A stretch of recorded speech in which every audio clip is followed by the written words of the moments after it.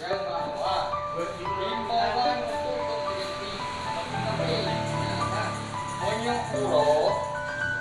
kamu hanya menjam untuk puro menjam karena kalau perintah susah tapi karena perintah susah juga nah yang pertama-tama kalau benar ya untuk puro ilmunya asli yang ajaran itu dengan ini yang tahu nanti ini dulu pengajaran dua ini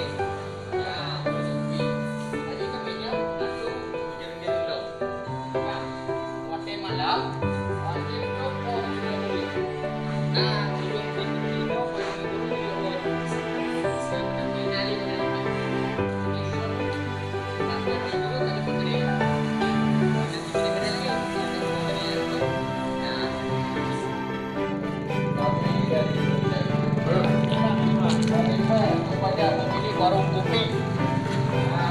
untuk maklumat dari pemerintah Aceh yang bahwa tanpa bidik untuk membuka kedai kopi menyo uro silakan buka kamu hana mukam milik sementara hana mukam untuk kedai kopi uro yang namun menjaga jarak orang-orang kedai yang duduk di kopi menjaga jarak dengan orang lain